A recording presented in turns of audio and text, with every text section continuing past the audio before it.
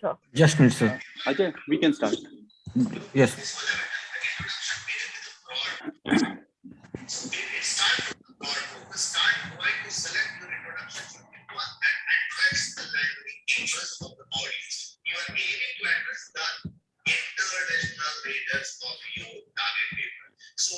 We are live, sir. Hello, everyone. Welcome to another session of Jindal Environment Series. As you know, every week we come up with one session wherein we talk about environment sustainability, how it can impact you, and how you can help save the environment and climate change. So, in today's session, we have a very interesting topic and the guest. The topic is making business sustainable. So, you know that what is happening, you know the climate change reality, right? And you know how it is going to impact the world. But where this all is coming from, this is coming from various sources, be it as an individual who are becoming part of the climate change catastrophe or the businesses. So today we are going to focus on businesses and how businesses can follow the sustainable practices to save up from the climate change catastrophe. So Tarini ma'am, welcome to the session. Hi, nice to be here. Yeah. So can you please introduce yourself and your work, what you have done so far? So I'm Professor Tarini Mehta. I teach environmental law and sustainable development at the Jindal School of Environment and Sustainability at the OP Jindal Global University. And so by training, I'm a lawyer, environmental lawyer, and I've taken this forward to look more deeply in terms of research, looking into issues of climate change, sustainability, interlinked issues of human rights and environment. For instance, climate refugees, the migration patterns that are going to take place as a result of environmental changes. And also then once you start working in this area, then you start thinking about how do you make people's behavior change? How do you make companies behavior change? So that becomes another aspect, because ultimately environment is something in which all of us need to make massive changes in lifestyle, in choices, in the way in which business has been conducted, in the way in which governance has been done. Environmental governance needs to change. So changes need to take place on such a broad spectrum, particularly in the context of climate change. So that becomes another interesting question to explore. So I've been working in this area for about a decade now, since my master's from University of Cambridge, and did my doctorate and so on. And anything else you want to ask about my in terms of careers and so on? I'm happy to give you guidance.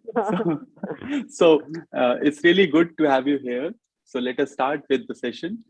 We want to understand so when we talk about making business sustainable, first thing that comes in my mind is, and I'm sure viewers would also like to understand this, when we think of climate change as a pie, what size do you think businesses are responsible for?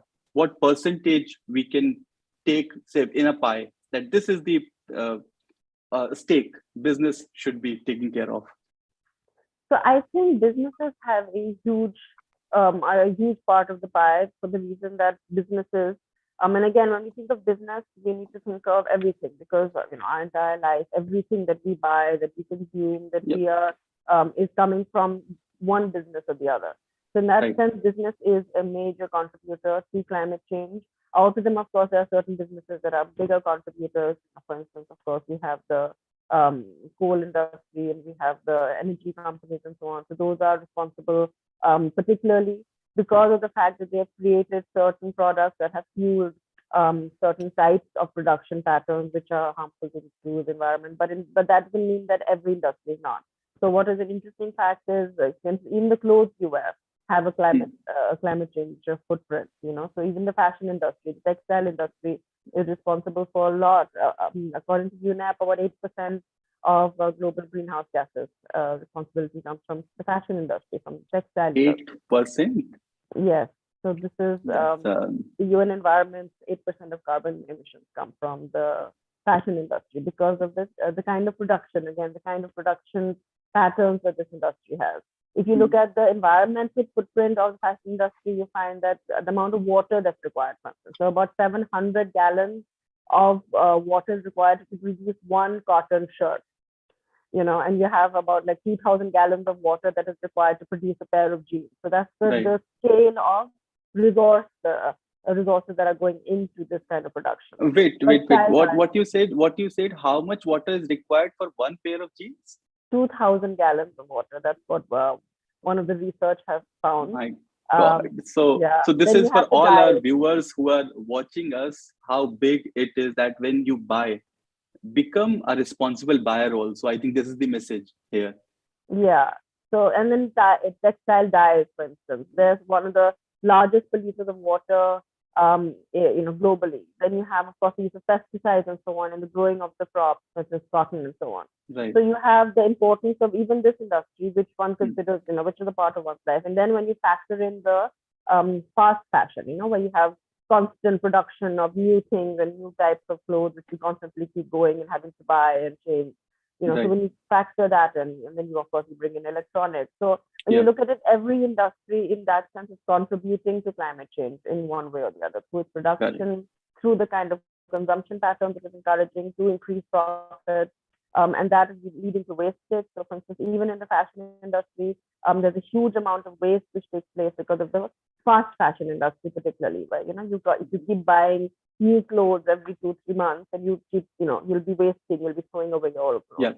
So again, you have that production pattern, and that gets replicated by the electronics industry, for instance, with cell phones. There are people who are into electronics, will be like, now the new Apple or whatever, I don't know, iPhone is there, so the old one is out, and then the new one comes, and then before you know it, there's another iPhone, and you throw that one out, So this is, so businesses have a huge role to play in terms of climate change, in terms of environment, for all these reasons, in terms of production patterns, production ways in which production is done, materials that they're using, the way in which waste is being treated and so on, and also in the context of consumption patterns that they're encouraging. Right. So great insight. Before we go ahead, there's one thing that comes in my mind and the viewer's mind, that we know the common terms, like we know pollution, we know climate change, but what is sustainable development? What exactly is sustainable development is what I would like to know. Okay. So now this is one of those oft-repeated, very buzzwords now. Sustainable development. You have every country, every government, every business, everyone. We're trying to follow sustainable development, but no one really knows what it actually is. And so one way to look at it is if you flip it over, and if I ask you to think about this, and what is unsustainable development? So if you think about what is unsustainable, the word itself is really something that cannot be sustained for a long period of time. And why would it not be sustained for a long period of time? Now, again, there's two ways of looking at it. One would be the immediate profit, immediate gains from a business. Perhaps that can be sustained for a given period of time. For instance, the fast fashion industry is hugely profitable. Or in any of these businesses, they're hugely profitable, huge businesses. So it's sustainable. But then when you factor in the fact that these businesses are dependent on certain natural resources. Now those natural resources are finite, and these natural resources are A, getting polluted, B, they're getting reduced. The amount, the quantity, the amount of natural resources needed is getting depleted. So now when you factor this in, then you think that, okay, is it sustainable then to continue? And how long will these profits continue to be sustained if we continue in this manner? So that's one way of looking at it. Then when one brings in, as previously I mentioned, the elements of people, society, human society, then one needs to consider that along with the business and its profit margins and its profitability and its business models and so on, and along with the fact that it has to be able to fuel that particular demand, so it needs certain resources. Along with that, we need to factor in the people who are affected by the way in which production is done.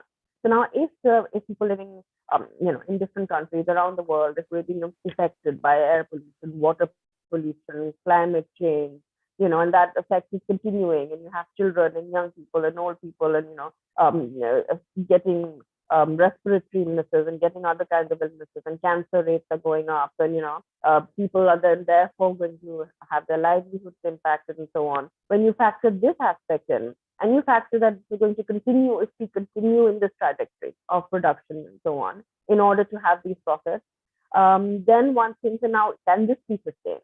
Because ultimately, a business will need to have people who will buy into that business, right? Who will buy that product.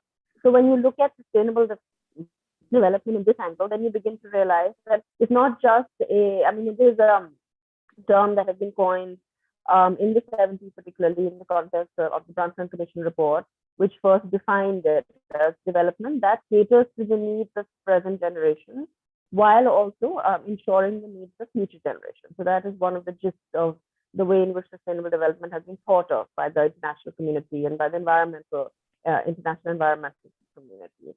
To this, then, of course, now you have sustainable development goals which have come in. You have the fact that sustainable development is defined as development that balances environmental, social, and economic needs and interests. So you see this, but when you look at it in abstract, it seems like this is just something that, an environmental thing. Is this just something environmentalists are concerned about, or is this something which makes sense? But when you really look at it in the context of, all right, businesses, you need to make profits, but how long can you even be able to sustain your profits if you continue in this way? How long will people be able to take these levels of pollution if you continue in this way? How long will the resources you need last if you continue in this way? And then when you factor in that this needs to all happen for the next 50 years, 100 years, 200 years, several generations need to continue, then how is it going to continue? Then you see an extremely unsustainable trajectory that is going to go towards losses, in terms of human health, human life, loss of human health, human life, all this will lead to livelihood loss. It will lead to, impact on families and so on. Of course, biodiversity is going to be impacted, ecosystem, species loss, all that is going to take place. That again is going to impact human society. So it's a whole cycle that is going to get disrupted. So in that sense, one can begin to think of sustainable development. It's actually something that needs to be implemented from all angles, not just sort of an environmentally necessary concept, and environmentalists are talking about this, but it's something that is solid concept based on what needs to be done for the future of well-being on planet Earth for all. Right. So before we go ahead into this session, one is business that we are talking about, but what are the standard practices us individual can follow to help us in this fight against climate change? So I think as individuals, in fact, there's a lot that we can do. And often this is something which comes up, a lot of people tend to say this, that, but what can I do? I'm just one person. Yeah. But what we also need to remember is that just each one adds up to, a million. That's how a million came, right? Because there were lots of ones there. So each one adds up. And so if each of us does that, so it's a simple thing, which is like, this classic thing where your parents will tell you and it might irritate you, and, they'll say, shut the light off and you leave a room. It seems like such a small thing, but imagine if you have a million people doing that, Right. So in that sense, when we think of ourselves, also we need to think that we are a part of this entire human, family, this human community or people on planet Earth, and part of an entire ecosystem, so we're one of the species living on planet Earth. So in that context, then every little thing you do is going to matter. So every drop of water you save, every light bulb you switch off. These are the simplest things one can do. Yeah. Then if one is more environmentally conscious, the kind of brands perhaps in terms of clothes, the kind of brands you buy is something you can research on and buy products from brands that that they are engaging in sustainable production. You cannot engage in certain patterns of consumption. So for instance, fast fashion. This constant need to update your clothes, update your phone, update your electronics, update your, you cannot do that, because by not doing that, you are not partaking in this waste generation. Right. Again, if so many people will then all come together and do that, again, now you can imagine the scale that leads to. Correct. In terms of cars, for instance, you can, your next car can be an electric car, So there are a lot of things that we can do on a daily basis, which are, just tweaking some of our habits, but which actually in terms of volume, in terms of the number of people, it starts increasing, it's going to make a big impact. And then, of course, also, if you are more conscious, you want to really, take this, a step further, you can, be a part of movements, you can put pressure on your government, you can be a part of, depending on your field of work, or even as a citizen, you can perhaps sign petitions, start petitions demanding that your government, for instance, have better implementation of pollution norms, other norms, etc. So, so an active participation in such movements can take place. So there are many things which an individual can do at the smallest level and at the biggest. Whatever you do, it's all going to add up. That's the main thing to remember, even if it's just something as small as shutting off a light. Right. So anyone can make a difference, not just businesses, which we'll certainly talk about, but as an individual also, we can contribute in this fight, right? And Exactly. small step, like you have explained that it be it electricity, be it fast fashion, be it the plastic that we use in our day-to-day Exactly. uses. So if we can reduce that, that's a big change that we can make. And then Yeah. once we do it, we can encourage others also to do it. Exactly. Exactly. Right. So next thing you talked about is United Nations Sustainable Development Goals. Mm-hmm. Right. So for a layman, can you just throw some light in the maybe 2 to 3 minutes that what exactly is United Nations Sustainable Development Goals and how one can follow the goals and what is the outcome that we are expecting from this? So now the UN Sustainable Development Goals are goals which countries have come together. Mhm. 17 Sustainable Development Goals were then drafted by countries Yeah. into the international level in order to try to deal with, and not just deal with, but have some targets in the context of climate change, environment, and so on. Right. Right. Now, these goals are very interesting because they deal with goals at all levels. So, of course, Mm. you have the environmental goals, where you're dealing with climate change, where you're dealing with terrestrial ecosystems, and so on.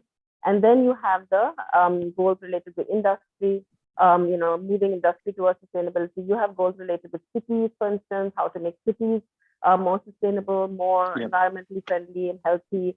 You have Yep. goals related with human well-being itself, so for livelihood, health, and so on. So in that sense, it looks at sustainable development, all the different aspects of sustainable development, and its aim is that countries should work towards and work to achieve these goals Right. together. Now, of course, when you look at the implementation of the Sustainable Development Goals, one finds that it's not been as effective and as fast as it should have been implemented by countries. You have some countries have done better than other countries. So you have this sort of a lack of implementation has been weak in some respects. India, for instance, has not been so good in implementing sustainable development goals, both the social goals and the environmental goals. You have some very interesting goals related with, for instance, even women and so on, women's rights and so on. So again, those are the goals which India needs to work on more. Terrestrial ecosystem, the water pollution and so on is another aspect in India, which India has not been able to handle. Air pollution is another aspect which India is lacking behind on. As we know, Delhi regularly figures in one of the most polluted capital cities in the world. And of course, particularly in the winter season, crop stubble burning takes place. Right. Along with that, you have the Delhi's air pollution in Delhi itself. You have the trucks that are around Delhi, and the fact that the Delhi government has not been able to handle this problem in the capital city of India in this much time, considering that it's a regular pattern. So you have the goals are there. The sustainable development goals are there. They lay out targets, and the goals themselves are there. Because these are not these are something which are, in a sense, aspirational. They're not. They're not sort of like strict law that the international community can enforce on a country. That you have to implement the sustainable development goals. They're more aspirational. They're targets. They're goals that you need to move towards. So in that sense, one can say that becomes I wouldn't say a weakness of the sustainable development goals, but it leads to this sort of disparity in the implementation across different countries and so on. However, the fact that the international community has come together to draft these goals, to agree on these concepts, that itself is a big step forward. So this shows that there is agreement, at least at the international level, by different countries, different governments, that these things need to be done. Now the question is that this actually needs to be implemented. And again, being international goals, the other benefit is that you do have the fact that you have international community watching. International community is the watchdog there. So that becomes another sort of strength of the Sustainable Development Goals framework. But a lot more needs to be done. So a lot more needs to be done by countries across the board in order to actually make the Sustainable Development Goals something effective and successful. Right. So next thing that comes is that now that on businesses part, okay, because this is what we are talking about, why companies have to be sustainable, or why we should say that this is the time that the practice of sustainability should start without any delay. So now companies, particularly when we're looking at companies, why should companies be sustainable? This becomes a question. Of course, one is the environmental reason, where we talked about, which we've just been talking about, that the impact, the actions that each of us has an impact. The actions that companies take, the kind of production patterns they have, the kind of consumption patterns that they encourage is having an impact on the planet. So this we know. So from this angle, and why do we want to stop the impact on the planet? Because if we continue this kind of impact on the planet, we're going to lead to a high degree of degradation, destruction of biodiversity, which is going to impact human life, human health, livelihoods, and so on, and ultimately, of course, the future of the future generation is going to be impacted, and the world that we are going to leave for our future generations is going to be of an extremely poor quality. So this is the general idea, which is one reason why companies should. But there's also the fact that it makes sense for companies to do this because it makes good business sense, because of what I said in the beginning in terms of sustainable development. That how do we frame sustainable development? How do we frame this whole thing? And it becomes important that we frame this not just in the context of an environmental movement, but look at it in a broad scale in the context of what's actually going to be best for you as a company. So for instance, if I was advising a company, let's say I was advising a textile company or a fashion house, and about their production patterns, the advice, the ethical and correct advice to give them would be that, right, maybe right now, if you set up your industry in certain countries where pollution norms are not implemented properly, you dump waste, you harvest the various products, resources, cotton, for instance, in an unsustainable manner and so on, the pollution levels are going to increase. Maybe all that works in the short term, right? Because you have more profits, you save on your expenses to a certain extent. But in the long run, this is not going to work for various reasons. One is, of course, the resource itself is going to either be depleted completely, or, of course, the pollution levels are going to increase. Second, because pollution levels increase, we could be facing litigation. And this is a major issue which companies consider, that around the world, you have citizen groups, you have laws that need to be followed, regulations that need to be followed in the context of climate change, in the context of environment, pollution, resource use, and so on. So you could have litigation risks. And litigation risks are going to increase your cost as a company. So therefore, here you are trying to make profits, which means that you have to reduce all these other costs. And of course, then the fact is that your image as a company. So now with more and more people, more and more consumers, more and more shareholders sort of becoming aware of these impacts, environmental impacts, climate change impacts, and becoming more ethically aware, becoming more interested in sustainable lifestyle, sustainable living, and so on. This becomes an important element for companies to also consider. And this has also been, interestingly, this has played a key role in various companies in the context of changes that these companies have had to make through their business practices and so on. So changing shareholder perspectives, if one looks at it, one finds that this is several ways in which one sees this happening. You find litigation from shareholders, where shareholders are trying to change the company's business practices. Now you have, for instance, directly shareholders in various EGMs and so on coming forward and voting for certain changes in a company. So, for instance, this is seen in the EGMs of Exxon and Chevron. Both these companies, and interestingly, on the same day as one of the key judgments that was delivered by the Hague Court, the Royal Dutch Shell case, on the same day as that, you had significant climate change related votes taking place at these general meetings of these ExxonMobil and Chevron. Now, at ExxonMobil, for instance, a group of investors, they represented only 0.002% of the shares. So a minimal, very, very tiny amount of shares. They won seats on the 12-member board based on argument that the company's focus on fossil fuels created an existential risk. So this is the first time that a company had actually ever faced such a contested shareholder vote of this nature. At the same time, at Chevron, shareholders voted for a resolution demanding that the company substantially reduce its CO2 emissions. So you have this kind of shareholder activism taking place. You have consumers who are becoming more aware. So companies that are not going to catch on, companies who are going to kind of fall behind this are therefore going to also be the target of consumer activism, shareholder activism. Generally their image is going to be impacted. So that's also why you have companies engaging in CSR and so on. But it needs to be more than CSR now. Now it needs to also be the kind of product that you are selling. Now, another added element of this, of course, is why do consumers want sustainable products and ethically produced, ethically grown, etc. Also because they're healthier. So that's why organic food, organic products are becoming more the rage. And why are they becoming more the rage? Because we have increasing cancers, increasing diseases, pesticide use, pollution levels are so high. So from all these angles, it makes sense for a business to now start transitioning out. And of course, you also have the fact that there's political support for this. There's political support for climate mitigation, for climate adaptation. You have over 60 countries, about over 100 cities around the world have adopted net zero carbon emission targets. You have, very powerful, important countries across the world that are moving towards net zero carbon emissions.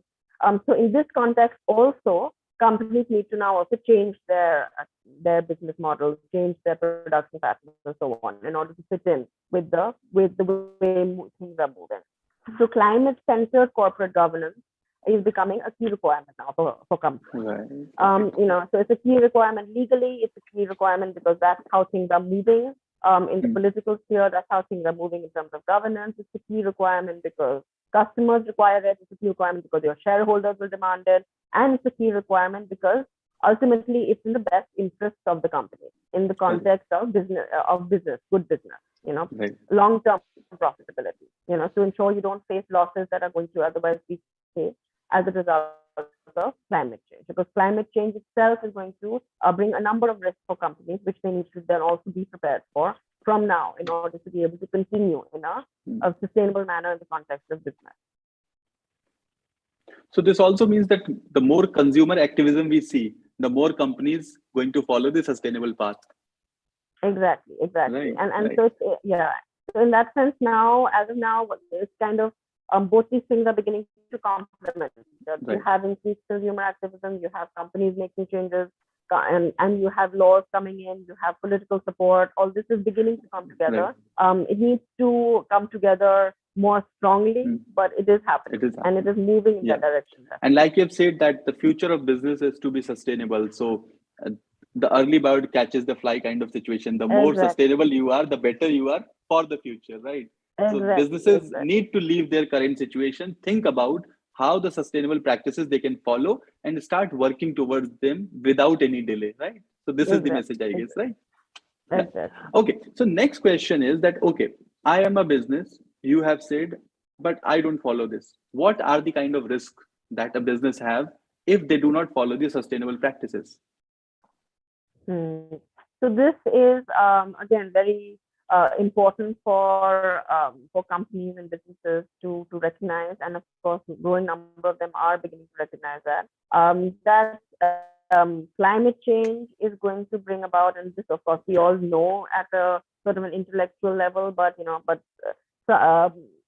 actually being able to sort of wrap your head around the scale of impact of climate change is difficult for a lot of people. Because climate change is going to bring a huge number of risks. There's going to be alteration in weather patterns, sea level rise, drought, floods. There's going to be water shortage in some areas. There's going to be an increase in natural disasters. And particularly if climate change continues, if we need to run away climate change, is going to lead to the kind of events that one can't even imagine. So you have predictions, for instance, that cities such as Bombay, Chennai could all be sinking because they're along the coastline.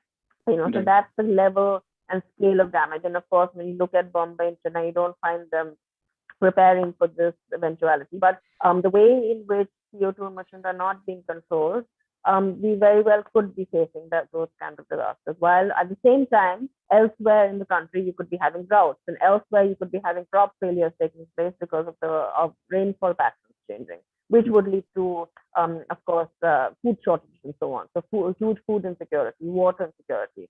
So at a human level, in the context of human society, is going to lead to a huge impact. Now, this in terms of businesses means that, of course, production is going to be impacted, supply chains will be impacted, transportations will be impacted, industrial operations will be impacted. The kind of resources that you may have been dependent on, that would be impacted. So for instance, again, a simple example, let's say you are a textile factory and you're dependent on cotton, and the cotton crop has been impacted, then your production is going to be impacted. So there's going to be a huge levels of impact that are going to take place for businesses and at the human level. So effective adaptation then is the basis for continuing and sustainable business growth.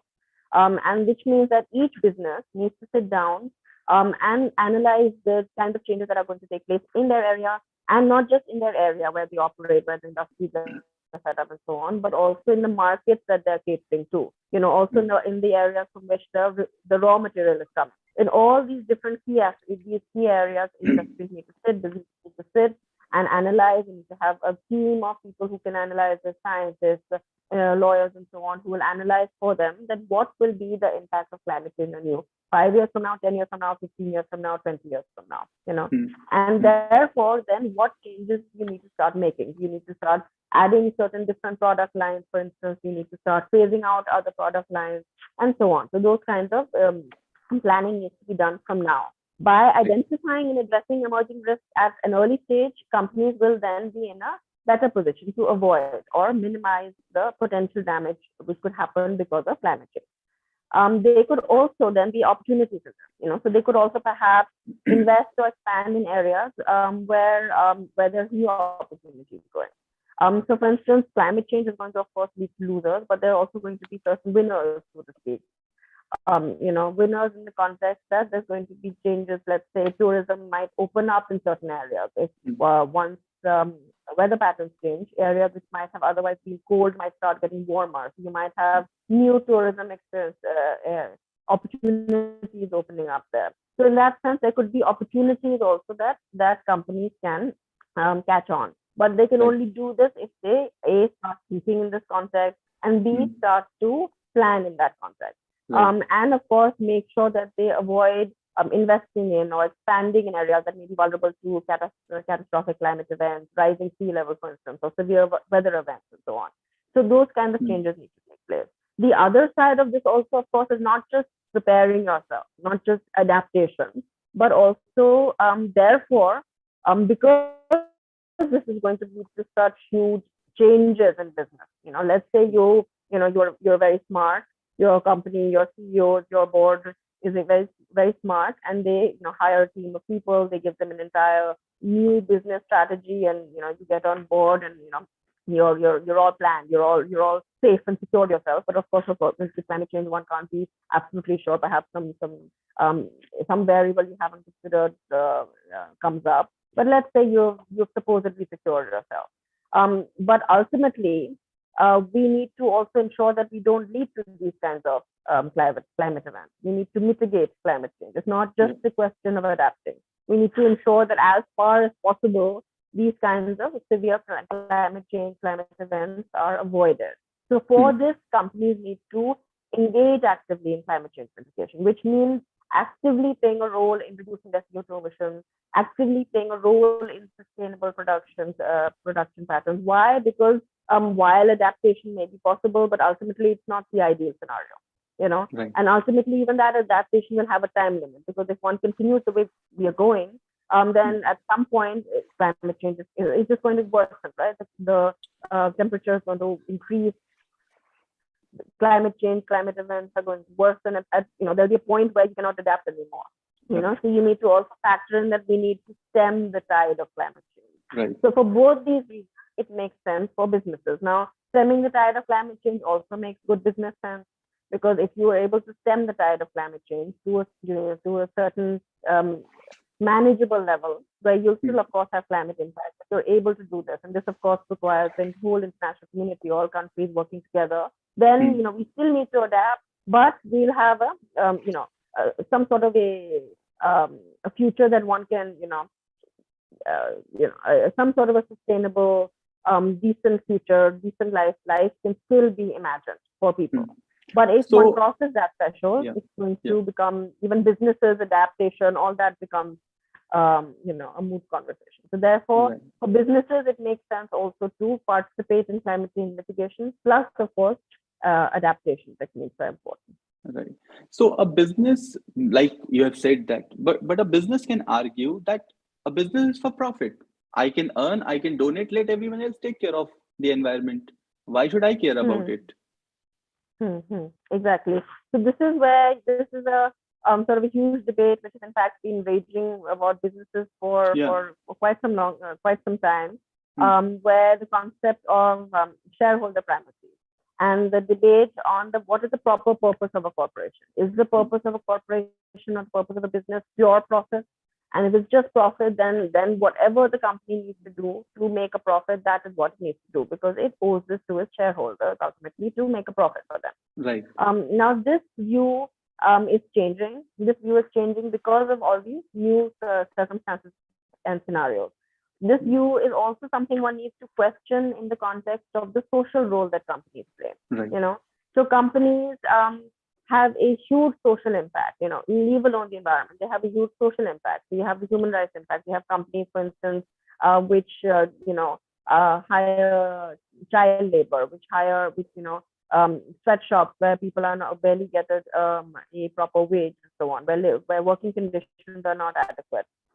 So they have a huge social impact in that context as well.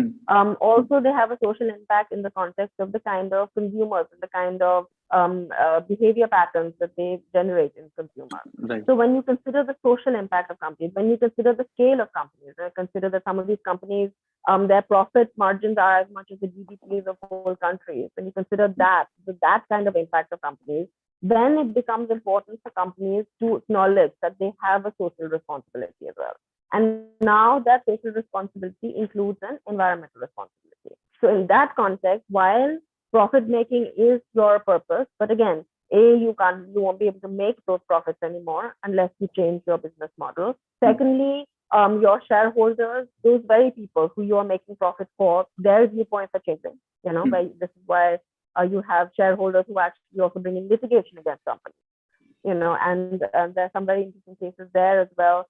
For instance, a complaint was made by clients against BP, and as a result of this complaint, BP had to withdraw an advertising campaign. BP also had to pledge that it would stop corporate reputation advertising. It would redirect its resources to promote net zero policies and so on. So you have litigation happening. So in view of all that, now companies will have to sort of rethink this shareholder primacy and just pure profit making concept is not the answer. The starting point of companies. Right. So, Professor, now as a university, we have Jindal School of Environment and Sustainability. We offer 2 courses in environmental studies and sustainable development. So BA Honors Environmental Development and BSc Honors Sustainable Development. These are the courses we offer. Now, our students, apart from going for higher education after their graduation, they can also go and work with NGOs, research, think tanks. But corporate is a major sector wherein they'll be looking for jobs.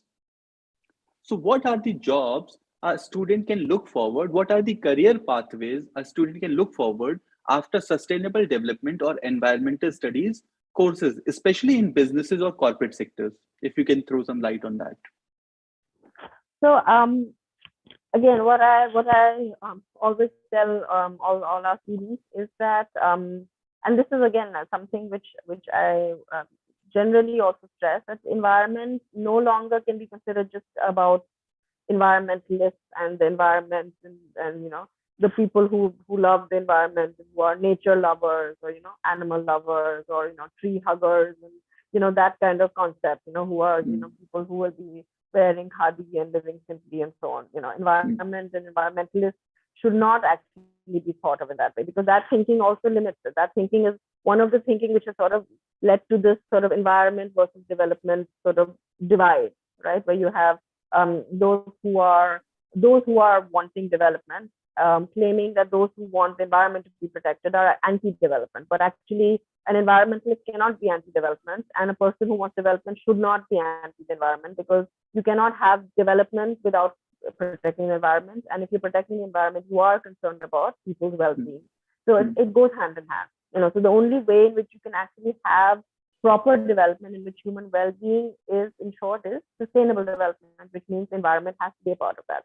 So this divide, sort of distinction needs to be this paradigm of this divide needs to be changed in that sense. A part of that also is to consider that you can actually work for the environment from any sector. You can work for the environment in a corporate, you can work for the environment as a lawyer, you can work for the environment as a journalist, you can work for the environment in any sector. As long as you are, whatever work you are contributing is something which is going to in some way move that particular sector or that particular work area in a sustainable direction. So for instance, corporates will definitely be requiring teams of people as time goes on, who can advise them on so many aspects. So for instance, product change, resources, the kind of resources they can use. Of course, laws, environmental laws are constantly changing, evolving. They're so complex. Climate change laws and our new legal aspects that has come up, which companies and their directors need to deal with. So of course, they'll need teams of lawyers. They'll need scientists who can produce and develop new products for them. They'll need teams of people who can also then help them in terms of their PR and so on in the context of sustainable development. Now, a person cannot, a PR company or a PR professional can only help you to a certain extent. There needs to be something done. You need people who will work in the social sector, not just CSR, but also actually implementing those socially driven and socially motivated programs of yours. So teams of people are going to be needed by these companies, which also means that actually, when you think about it, the people who are heading these companies are also going to have to become more sustainable and environmentally and climate change conscious and climate governance conscious and driven. So in that sense, actually, there is a niche, there is an area for a person from almost any stream and from any sort of skill set or interest area. So for instance, if you want to go into product development, again, you can have a place for yourself in an industry. If you want to go into the scientific side of it, you have a place for yourself in industry. If you, of course, are a lawyer, you have a place for yourself. You have, so you don't only have to work as in an NGO, fighting for the environment.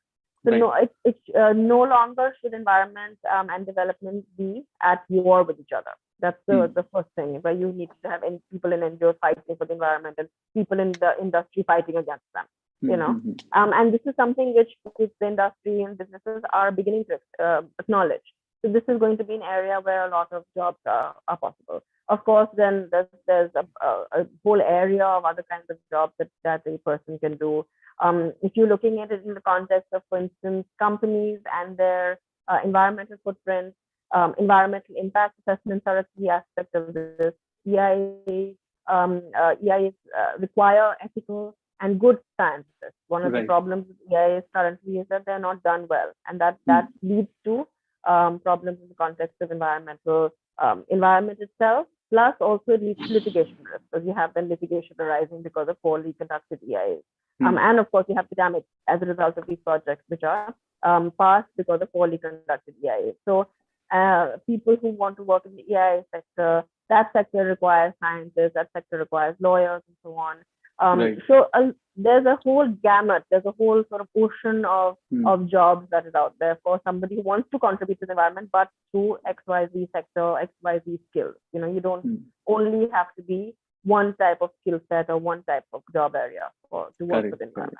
Correct. And I'll also add one thing for students, that when you do a course, you're not looking for a job right now. You'll be working 3 to 5 years down the line. So look for something which is future oriented. And I think environment is one such field where you have a lot of future opportunities, right? Okay. So there's one more thing that comes with us is, when we understand the parent psychology, they look for a safe and secure career for their kids. And that's why when parents think of a career option for their kids, for the students, they look for majorly the courses which are in trend, and mostly like management or commerce or science, or a lot of courses which we know. But environment is one such thing which has come up very recently, especially in terms of career. So there has been a lot of activism, but we don't have the very proper way to go and study it and make a career out of it. So what is the message you would want to give to those parents to assure them that 5 years down the line, a student who pursue it and study it well can have a secure or in fact a better career in environment? So what I would say to parents is, first of all, and generally, this is sort of a general statement that whatever a child is interested in, whatever they're passionate about, that should be something that a parent should encourage. Because first of all, you should love what you do. You should love the work you do. Your job should not just be a job that you're 9 to 5 and you're waiting for 5 and it's 4:55 and then it's 5 and you run away or something. It should be something you love. You should wake up in the morning saying, happy that you're going to work. Yeah. And that only happens when you love your work. So that's the first thing. Parents should encourage their children to find what it is they love. Some people find it sooner, some people find it later. That's a different thing. But allow the young person to explore different skills, different areas, different subjects, in order to understand what it is they actually love and what it is that they're actually good at. Right.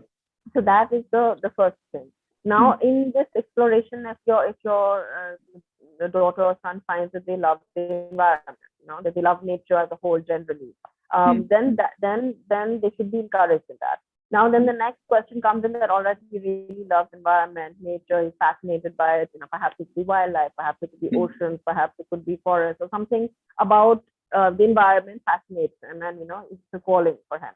Now, then the next step is, but what is he going to do with this calling? So then, first is, of course, he or she should take study a course, which is what we offer at JSCS, because our course at JSCS, both our courses have been designed to give a comprehensive foundation to the students. So you have the science courses, environmental science courses, which is important. You have the environmental law courses, which is also important. You have environmental economics also being taught. You have the ethical social angles being taught. So a graduate from these courses will come out with a comprehensive understanding of all the different key aspects related to the environment. This will give them a very strong basis to choose which direction they want to go in. Maybe they want to go further and go in the science arena. Maybe they want to go further and in the law arena. Maybe they want to go into governance and policy. Maybe they want to go into research. Perhaps they want to work in a company. So they have the basic foundation by which they can do this, and either then opt for higher studies or opt for a job and so on. At JCS also we have the internship program, which is a very good internship program through the years that they're with us. So again, that gives them that experience and so on. And what ultimately, through the environment, it is very, very, very possible, and not just possible, it is extreme. It is 100% sure that a person can have a good livelihood. It's not that, because again, environment, this sort of traditional view that environmentalist means, being a khadi wearing NGO going person. That is something which one needs to start moving away for the sake of the environment, according to me, because the environment is something which now, and particularly now, then when you look at it in the context of all that we've discussed, climate change, international targets, and so on, it's something which everybody, every company, industry, government, lawyers, of course, policy, everyone is going to have to start to work on and so on. So in that context, when we look at it, there's a whole gamut of career opportunities for the students. Then, students can also go into governance, policy. They can, go and work in the government as in different positions as it is after such a degree. They can go into law, and through law they can go into policy. They can go into international positions.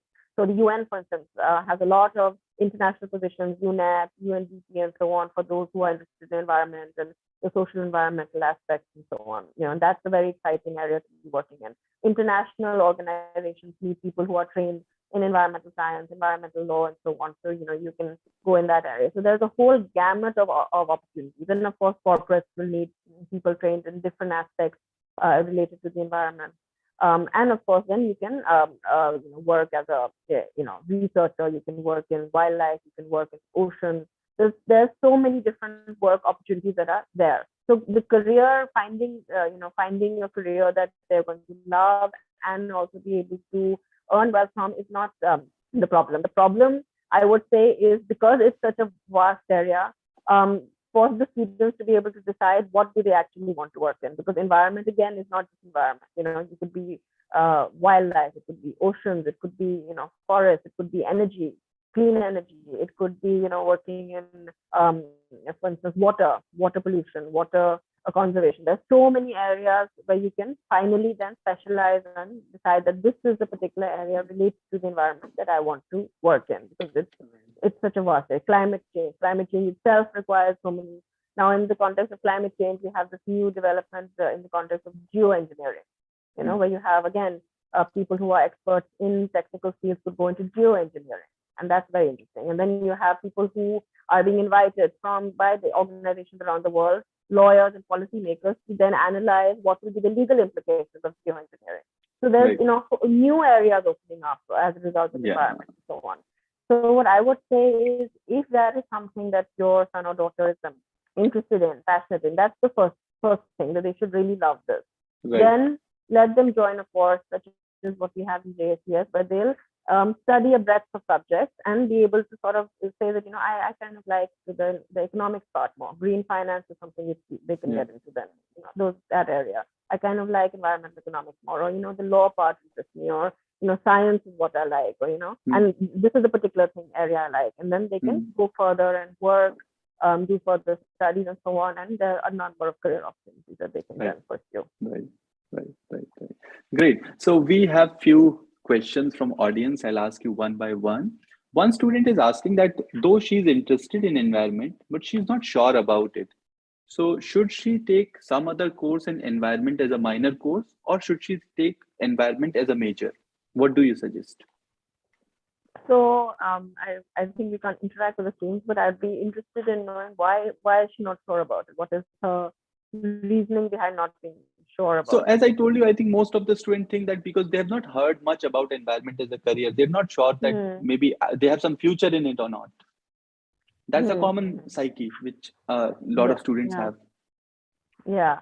So now, I'd love to interact with the student after the program, but so for instance, let me give my own example. So I did my bachelor's first in philosophy from Lady Shram College, and because that was my first love. That's still my interest in philosophy and so on.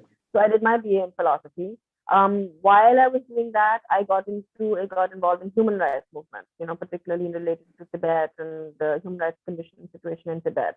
That led me into human rights. From that, I got into law, So then once I got into law, human rights, environment, climate change, all these issues began to, because I studied law at Warwick. We had a really good course in law where, apart from the general legal subjects, they had a lot of focus on human rights issues, refugee issues, climate change, very interesting course, and so on. So I started to get more and more into not just human rights, but the interconnection between human rights and environment. And refugee law, refugee issues in the context of environmental refugees, that leads to climate change. So my interest in environment began to grow. So I had always loved nature as a child, I remember all of my birthdays when I was like 12 and 13 were spent in national parks, and we were chased by elephants and so on. One of my birthdays. So that was my passion always. But moving towards it as a career was something I did, I didn't sort of like jump into environment directly as a career, So I trained as a lawyer. During my legal courses, my law degree, I took courses in environment and human rights. Then I did my master's. Again, I did my LLM from Cambridge. That was a general LLM in which I did courses in human rights. I did courses in environment, and then I did my further studies and my doctorate in environmental law. So, environment, again, is not something you need to go into directly, that I want to work for environment, I have to jump into it now. If you are, for instance, let's say, interested in journalism, let's say, or if you're interested in law, or if you're interested in management, so then you can get into one of those courses. And then while you're studying that course, take courses in environment, environmental law, environmental management, or journalism you can work as an environmental journalist, wildlife journalism. That's very interesting. So you can take courses and sub courses in that, and then after that, then you can go further, perhaps work in one of those agencies or companies or something, and then you can perhaps take a master's further in that. So there's no the route or pathway into environment is not one. You can take this route as well. A lot of people, students I know, particularly law students, do this. Because you need the basic law degree. So you'll do a law degree, you'll take environmental courses, and then you'll do a master's in environmental law after that. So a lot of law students do this. So in that sense, you can choose the pathway that you want to take. And it should be something which ultimately then you feel that, I have the skill, I have a particular professional skill which I want. I'm a lawyer, or I'm a doctor, I'm a journalist, I'm MBA, I'm a management professional, and now I'm going to put that skill to use for the environment, and that's something that you can then go on and do. So that pathway is also open. Correct. So thank you so much, Professor. It was really nice listening to you, and a lot of insights that we got today. And we really look forward for more frequent sessions, because I think this topic, not just from career point of view or institute point of view, but common general point of view, this is very important for all of us to educate the common public on such issues, right? Because I think this is the future.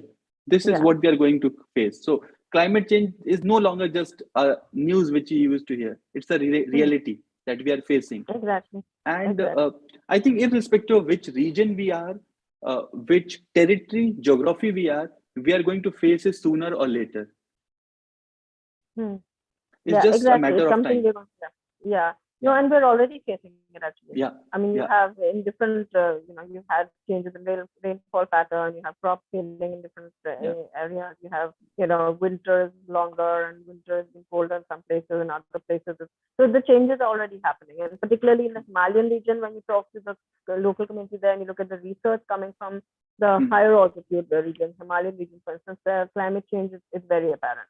The kind of crops they're having to grow is changed in order to, survive, and the kind of environment is changing around them. So that is becoming very apparent. That climate change it's already happening around us. Right. In fact, there's a news few weeks back of snowfall in Sahara Desert. Exactly. So it's very much happening. It's a rare instance which happened I think twice in 100 years. Yeah. So and the second time was already happening. And it's just going to accelerate unless we do something about it. Right. So as I said, I look forward for frequent sessions on such topics, because that would be very helpful. Thank you so much for your time. It was really a pleasure interacting with you for this session. Thanks a lot, Professor. Yeah. Thank you. Bye-bye. Bye-bye.